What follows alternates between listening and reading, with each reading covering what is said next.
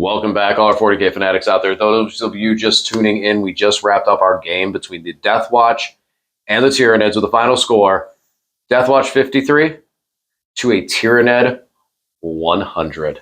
Perfect 100. I owed you one of these. 109, if you were, 109, yeah. Look at this. He's being very we added it all up, today. it'd been 109. So yeah, pretty bad. I just missed play from the start of the game. But yeah, I think we saw the DeathWatch were able to bounce back actually in terms of damage output, not in terms of scoring.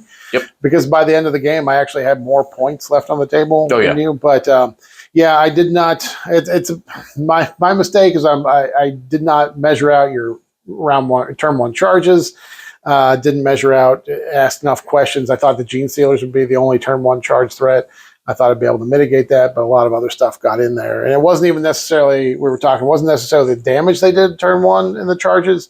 It was the fact that you got so far into my deployment zone. It messed up my ability to deep strike in. So yeah, most of my game plan realistically was put Lane in the corner, sit him in the corner, put him in timeout for exactly as long as I can.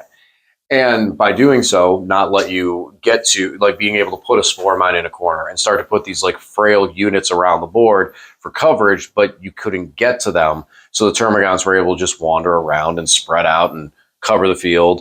The Biovore was able to seed the whole planet and cover it and get all those things.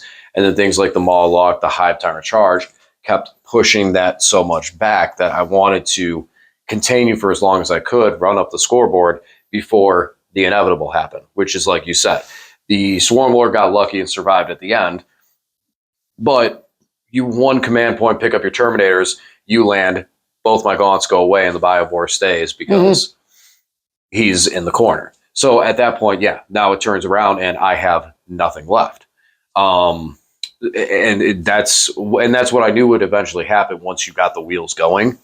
I was going to get smacked and just completely smacked off the table. And even in that situation towards the end, you were still very, very, very much so able to do it. Maw Locks. I love them. They were so much fun. They were great. Yeah, definitely bring a couple in of them. Just the quantity of mortal wounds they kick out. You bring in two, they're just going to dish out a bunch of mortal wounds that you can't really do anything about. There's no defense to it. They just pop up mortal wounds. If they make a charge, great. If not, they're really tough to deal with. So they're only 145 points, and they're toughness 10 with 14 wounds. That's a lot of wounds to chew through for only 145 points. And then they get 16 attacks in combat. 16 one damage attacks. What a weird profile.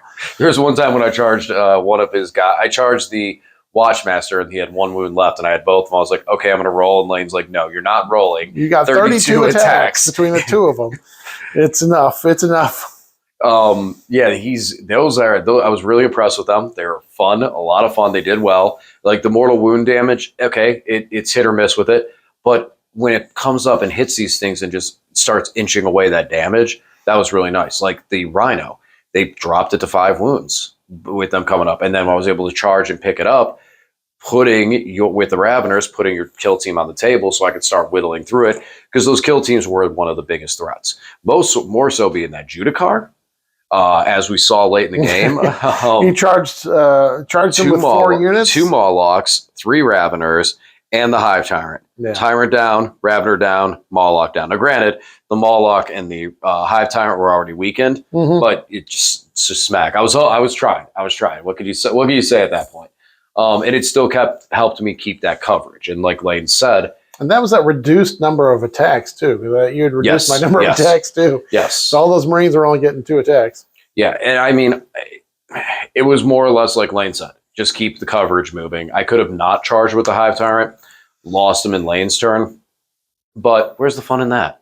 But I probably would have lost the Maw Lock on the other side, because then those save attacks would have went over there. And I just kind of wanted to hit you as much as I could, hope you roll bad in some areas, and then that's when I could do the damage back. You rolled, I would say, pretty average, especially with the rerolls. Ripped everything out of there except for the 1 Maw Lock.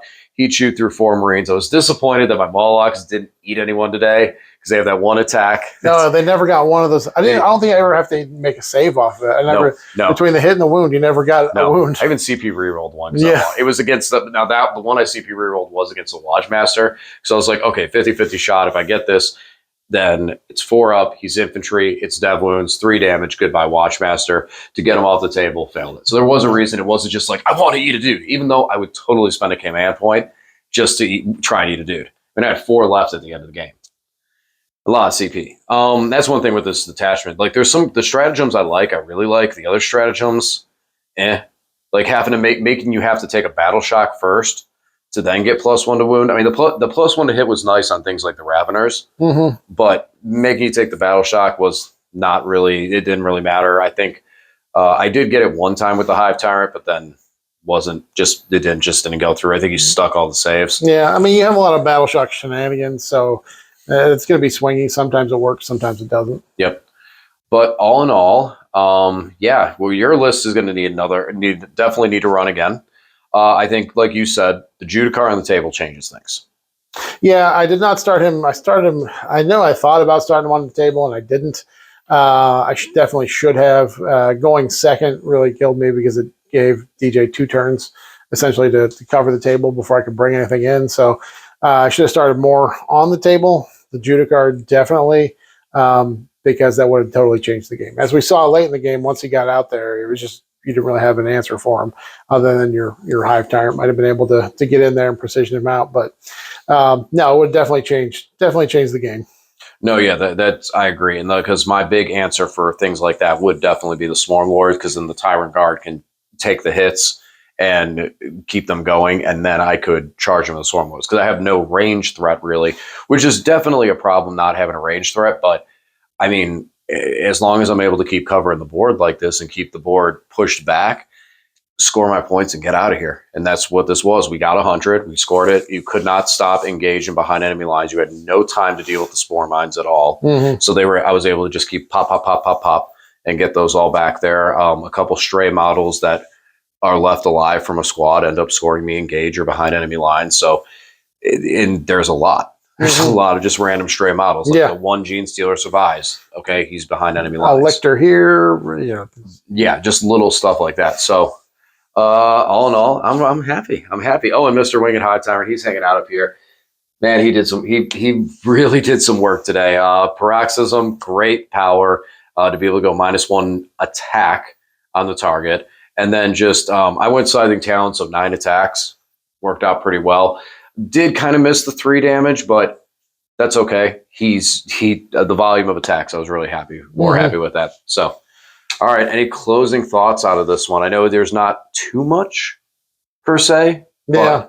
No, sorry I didn't give you a better game with the all firstborn DeathWatch. Maybe we'll have to try it again sometime. Yes, and like I said, now I am still taking a break from the Tyranids for a bit. I'm going to work on the Grey Knights.